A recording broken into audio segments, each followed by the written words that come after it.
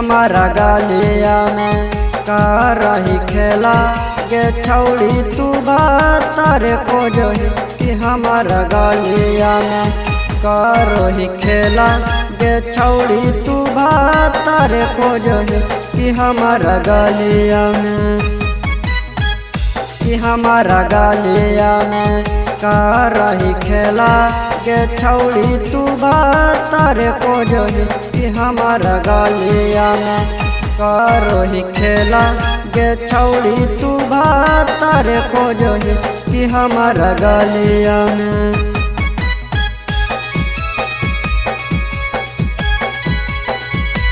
हमारा गलिया में का रही खेला गे छौड़ी तू बातर को जो तोहर चढ़ाली जवानिया के खैतौगे कि मिलतौ मारद तब हौरन दवैतौगे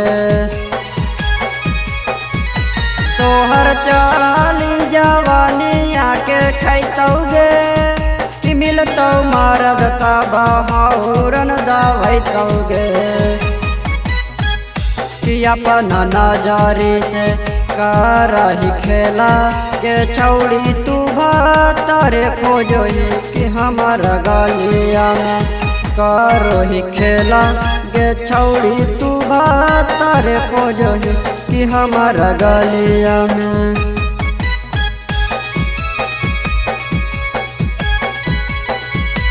हमारा गलिया में करही खेला गे छौड़ी तू बातर को जो अब आई ठन शरीरिया से टूटतौगे रतिया जे पलंग पे सुततौगे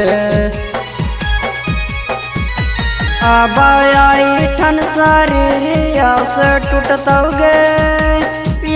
रतिया जे पलंग पे सुततौगे प्रीतम आशीष के होलौ 2 दिन गेला गे छौड़ी तू बातर को जो कि हमारा गलिया में करही खेला गे छौड़ी तू बातर को जो कि हमारा गलिया में